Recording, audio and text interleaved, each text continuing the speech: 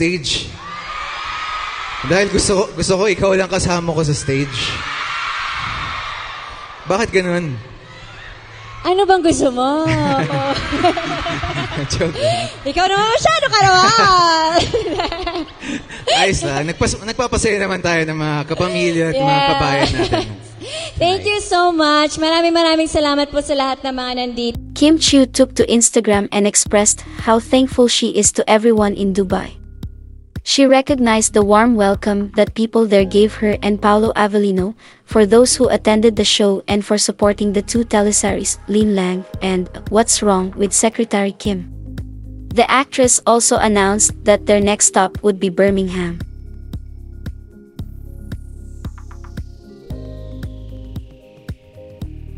Maraming salamat, Dubai. Salamat po sa mainit na pagtanggap, for attending the show, and lastly for supporting #Linlang and #What's Wrong with Secretary Kim. Thank you at Kapamilyatsi. Next stop #Kapamilya Kalayaan Caravan Birmingham. See you this June 30 Sunday at Woodgate Valley Country Park, Clapgate Lane, Birmingham. Simon Chinita, ako ba? Ha? Hindi? Secret ka na. Ano? Secret ka na.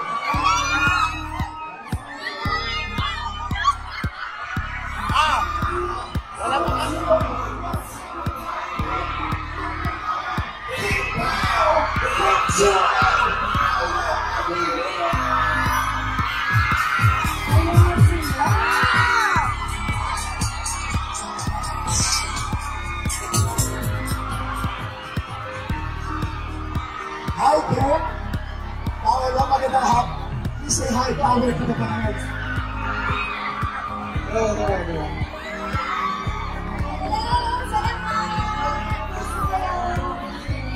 Yes, at syempre gusto ko malaman ng mga kapamilya natin here in Dubai, no? Kung ano nga ba yung pakiramdam na sobrang successful ng What's Wrong with Secretary? Yes.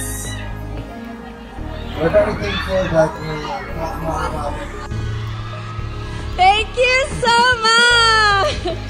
Nakita kita kanina, ang dami mong kinakantahan. Hoy, hindi mga pamangkin ko yon. Oo, samantalang ako, tinanggihan ko lahat ng pupunta sa stage. Dahil gusto ko ikaw lang kasama ko sa stage. Bakit ganun? Ano bang gusto mo? Joke. Ikaw naman masyado ka naman! Ayos lang. Nagpapasaya naman tayo ng mga kapamilya at mga kabayan natin. Thank you so much. Maraming salamat po sa lahat ng mga nandito. Torpeong lalaki rin, kahit may gusto ka, di mo masabi. Hindi ako yung tipo, nagbibigay motibo. Conservative ako, kaya di maaari. At kahit mahal kita, wala akong magagawa. Tanggap ko aking sinta, pangarap lang kita. Hello! Welcome to Dubai!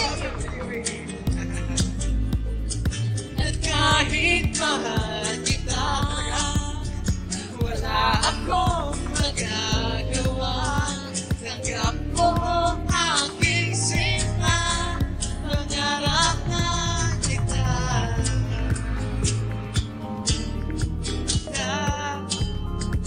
Wala akong magagawa. Tanggap ko aking sinta, pangarap na kita. Pangarap na kita.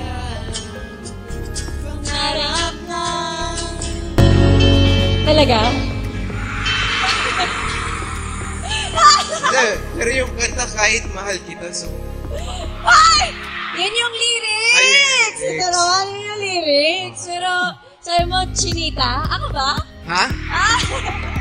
Hindi. Hindi. Secret ko na lang yun. Ano na? Secret ko na lang. Uy, may trivia. Share natin yung trivia natin. Anong trivia? Kasi 9 years ago, nandito din kami ni Paolo sa Dubai. Di ba? Tapos, hindi kami masyadong friends. Ngayon? Friends na! So, thank you so much sa pagpunta. Sino dito yung kanina pang umaga nandito? Wow, ang dami nagkabang. Thank you. Salamat po sa oras ninyong lahat. Yes! Everybody! Thank you so much!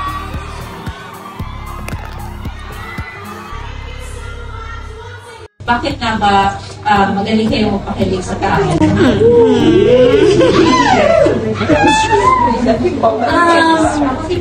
Hindi nila alam. Siguro sobrang galing lang talaga ng director namin.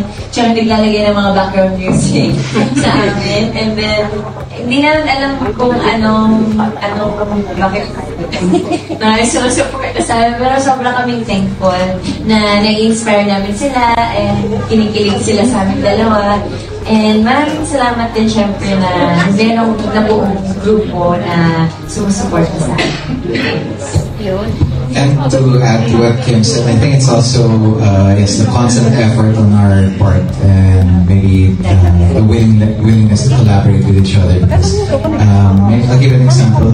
We did ASAP Milan last year, and no one knew about Tina, no one knew about Sec Kim or anything. And so parang lagi ko kausap si Kim, parang may performance tayo, parang paano natin ipapakita sa audience para abangan nila yung game namin and paglabas sa TV. So there was really an effort also on our part to really try and make it work, because I mean not every pair up is gifted with a gifted chemistry and on-screen chemistry. So yeah, I'm glad that I got to work with Kim, and she's very willing and open to collaborate and open for suggestions.